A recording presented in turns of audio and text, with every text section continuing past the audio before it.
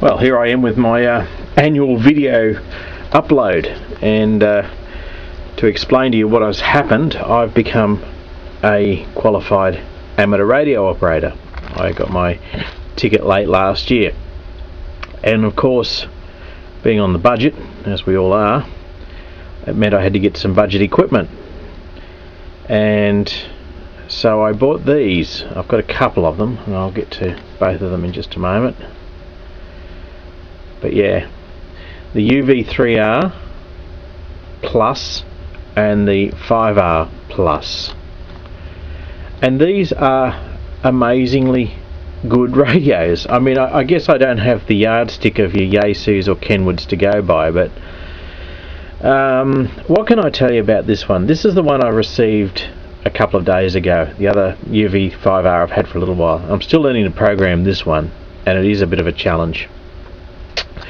All these buttons seem to have about 3 functions on them, but look, it's a good radio. It's a sensitive radio. It puts out a couple of watts, and it's got a little male SMA plug on there. Also, you turn it on, and it kindly tells you how much voltage rather you've got in your battery pack, and gives you the frequency. And by pulling this knob up here, you can change the channel. So I hope you can see that. So yeah, you can change the channel like this. It's got a little bit of film over the display. Nothing great, you can remove that. Now I have to tell you, I've dropped this radio 3 times and it hasn't broken. I've only had it a few days. I managed to drop it about 3 times. That's partially because I haven't put the clip on here at the back yet, because I want it for something else where the clip's going to get in the way. And the battery's come out of it a couple of times when I've dropped it, but it hasn't damaged the radio. The radio is still fine. I bought this for $40 Australian and ordered it. I think it came via Hong Kong, and the programming between this and the 5R are pretty different beasties. You can program the 3R via these buttons and using this knob up here to set the frequency and store it. And it's a long process. It's not something that I recommend. I do recommend that you get, where are they? One of these data cables. Interesting story with these too. Okay, so these you can get for about $10 Australian. I've got 2 of them. The reason I got 2 is I got one from an Australian supplier and I got one from a Chinese supplier. And why I got 2 of them was because I ordered one from the Chinese supplier, then the radio turned up, and I thought I don't want to wait all this time before I get the programming cable. I'll get one from a local supplier. They're only $10, so I've got 2 of them. Now at first glance they appear to be the same, and these cables will also program your 5R Plus. Okay, that's what I originally got them for. They'll program both these radios, at least the 3R Plus. I don't think they work on the 3R. They may not, or the Mark 1. I'm not sure. Seems to be a different plug on them, but I could be wrong. But the interesting thing about these is that they are actually different cables, and if you look at these fairly closely, and I hope this shows up on the camera, one of these has like a bit of a grip in this recess here, and the other doesn't. And one of them works and one doesn't. And unfortunately, I got them, as you can see, they're very, very similar looking cables, but not exactly identical. One of them works, one of them doesn't. At least I haven't been able to get it to work. So unfortunately, I didn't keep track of whether I got the faulty one domestically or from China. I don't know, so I can't actually tell you what seller to avoid. I got them off eBay for $10. I think it was actually a little less than that. I think it was about $9, and they send you a copy of Chirp, which is some free software. It's a live CD, basically a Linux distro of Ubuntu or Xuntu, or however you'd like to pronounce it. And you can put that on your computer and boot up, and it will boot into Chirp, and you can then program your radio. And I've had some fun programming this up. I find that it's quite a laborious sort of process to input it. It's, you know, a learning curve at this stage. I guess it's not really that hard, but just because I'm having having to learn all this stuff from scratch. I guess I'm making a bit of a challenge out of it. Now, what can I tell you about this radio? Battery life seems quite good. It's very small compared to my hand. It's very, very small. It's also got that light on the top, a bright LED light, which I think, from memory, yeah, there it is.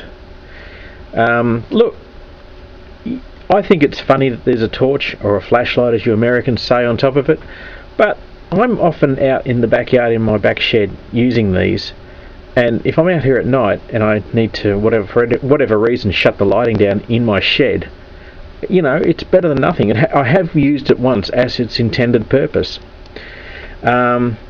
There's a function key up here which turns some of the functions on and off. One thing I had problems with when I first got this radio, I just couldn't work out how to get it to scan the channels. I could program the channels in there, I could use this, pull this button up to change the frequencies, to change the channels, but I couldn't work out how to get it to automatically scan the channels. It was driving me insane. I couldn't seem to find it anywhere on the net.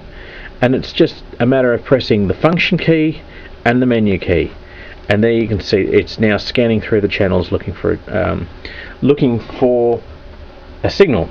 It does come with this standard Baofeng antenna. It's the same one that's on the 5R, so yeah, it's a VHF UHF antenna. Not terribly, I don't know, people rubbish them, but you know, I found they're probably a good compromise between getting in the way and being a functional antenna. Like, they don't sort of, I've got another Nagoya which is about, I don't know, probably 40 centimeters or a bit over a foot long, and it doesn't improve the frequency or the reception just as much on this as I would like, on either of them as much as I would like. It is a benefit. It does work slightly better than this, but not by a great deal. Since I've got these, I'll show you. I've put up this, it's a stacked J-pole basically.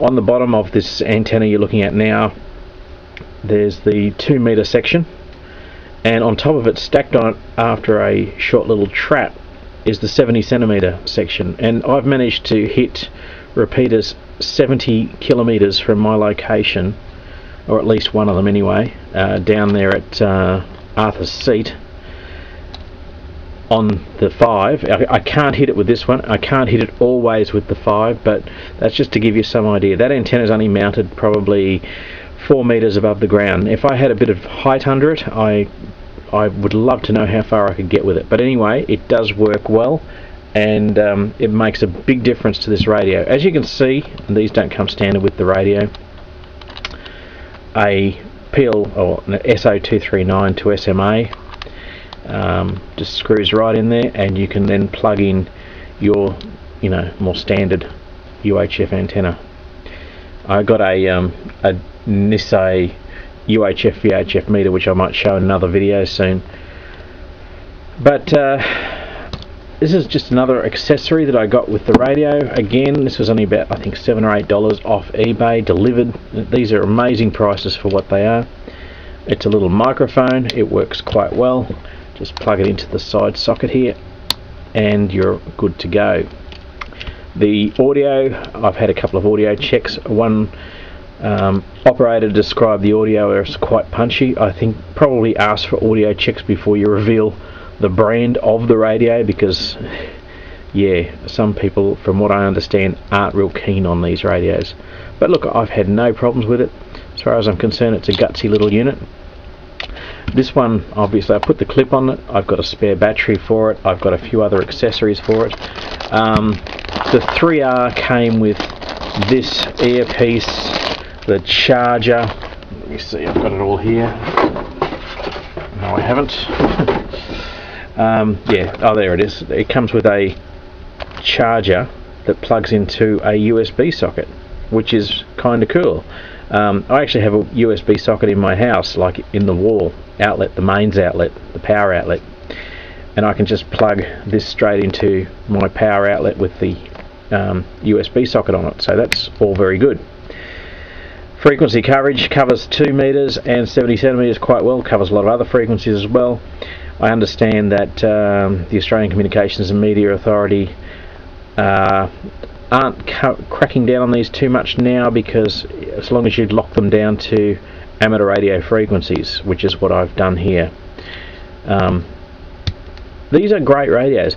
The other thing I was going to mention with the 3R, apparently it will, like, it does display alpha when you power on, obviously, because it's got battery, and you see the alpha tag, not alpha tags, you see alpha on the display. When you try to actually access this feature, you can't. I haven't been able to find a way of accessing it. There was some instructions on, I don't think it was Miklor, M-I-K-L-O-R. That's where I recommend you go if you need any more information about these radios. Miklor.com, M-I-K-L-O-R. There was some instructions there that was part of the the manufacturer's software, that supposedly if you changed a setting in the settings.initialization or any INI file from 0 to 1, it would actually let you do alpha tagging. I tried it, it doesn't seem to work. I've tried a few other things, it doesn't seem to make any difference. I've seen a screenshot of one of these displaying alpha tags, but that was also on an earlier version, 1.9 I think, of the manufacturer's software for this, and I was using 1.11. It doesn't seem to work properly, doesn't seem to enable it. So I'm not going to go and use some old software, possibly just for the 3R rather than the 3R Plus, to see if I can get alpha tags. I don't want to risk bricking it. Maybe that's not such a big risk, I don't know. So I took this radio, I went out riding yesterday, and I just had the little whippy on there, had it on the bike, and I heard stations all over Melbourne here, so I was picking up a couple of repeaters just as I was riding around, which made for a pleasurable ride. This is the earpiece that comes with it. Now, you can buy these on eBay, $1. I've got another one of these. This is just exactly the same, about $1.50 delivered or something, and I have to say these are surprisingly comfortable. I had it in my ear while I was riding and I didn't notice it. I've gone out on other sort of treks for a period of a couple of hours. I've had this in my ear, and normally I get very irritated with earpieces in my ear. This hasn't. It just sort of sits up there against the ear. Quite good. You can get other things. You can get other things for your radios. Let me see. I got this switch. I'll open up. This is the 12-volt adapter. Let me move this out of the way, because I've got 12-volt system out here in the shed. Now this is actually just for the 5R. I better explain that. I'm getting my parts mixed up. The 5R voltage, 12-volt.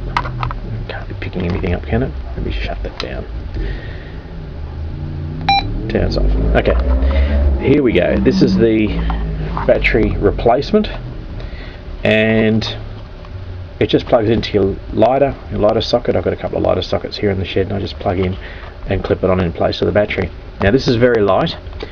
I have opened this up and had a look. It's just got one regulator and a couple of small capacitors in it, and the regulator's on a big heat sink. So yeah, that's all that this is.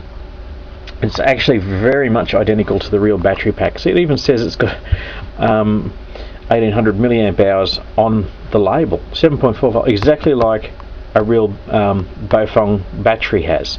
So obviously some genius has come along and decided we won't put NiCads in there, we just want to use the case, rip the NiCads out, and you can actually see a little hole that's been drilled here, and you can tell that somebody's sort of done that after the manufacturing process. It hasn't been manufactured into there. Not taking away from it whatsoever, it does the job, and I've got no complaints whatsoever about it. It's quite good. Also recommend that you get yourself a supply of these. Get them, oh, not these, they're the reverse, but what am I saying? These. That's what happens when you don't prepare properly for a video. Get yourself some of these. I've got a couple of them, and it just makes your life easier. The actual connector seems fairly strong, fairly resilient. And what else have I got here? I also got the case, which I haven't been using. I don't know, I just find it sort of detracts from the feel, and it's a bit harder to use the keypad through the plastic's fairly thick, and it's a bit hard to use the keypad through it. I mean, I'll keep it if I'm going out. It looks like I might be going out into some bad weather or something. Fine, I'll put that on. Otherwise, I'm not gonna bother. I'll probably rather get one of these if I'm taking this on the bike with me on bike trips. I'll probably want to get a case for that one. Spare battery again. That was about $10 Australian delivered. That was slightly less delivered. The other thing that comes with the 3R, of course, is there's a little mains adapter there to go onto the power. So we've got 240 volts in this country, and it clips on like that, and bingo, there's your USB. What else have I got? Oh, this is again for the UV-5R Plus. This is the AA battery adapter. So can I open this up? Yes, there you go. And there's your batteries, go in there. So what's that? 1, 2, 3, 9 batteries, and when you clip it on, your radio sort of takes on a whole different feel. It's like it's a real, I should say real, it is real, professional radio. It did need to be modified slightly. It wasn't going to go on. If I can get some light on this, I'll show you. There's 2 little notches down here. I cut them out very carefully with a screwdriver and a pair of side cutters. I took those out. Yeah, if you can see, there were like little notches, and it wouldn't go on there properly with those in place. Take them out, it works fine, it works perfectly. Just something handy. Again, this I think was around the $15–20 mark, something like that, but I figured if I'm going on holiday or something like that and I can't find a charger and I want to use my radio, I can drop some batteries in here and I'm away. It wasn't particularly cheap, and for what it is, it's not a great, I don't think it's a great build. It's okay, it's passable, and you can actually get a case that is a long case that will do both this battery and the 5R. You can get a special case that covers the whole lot. Excellent. As I said, the 3R I got the other day. The 5R, I've had this probably a couple of months. Still finding out stuff with this. Weird programming menus, but you can get your head around it. Does do Vox, does do CTCSS, does do DCS, I think it does as well. You set your subtones. I think I saw somewhere that said it doesn't do DTMF, but from hold the button in and press the key and you can hear DTMF. Now I don't know whether it's transmitting that or it's just something local. Either way, it doesn't seem like it's terribly far off being able to transmit DTMF tones. Haven't had much success with that at this stage. I've got an Android app as well that generates DTMF tones. You can get a free Android app and you can transmit those tones that way. So anyway guys, that's my news. Now a radio amateur and active here in Melbourne. If you give me a call, VK3FAFC, and I'll be listening for your call. Say hello to me if you hear me on air, and all the best. 7-3 as we say.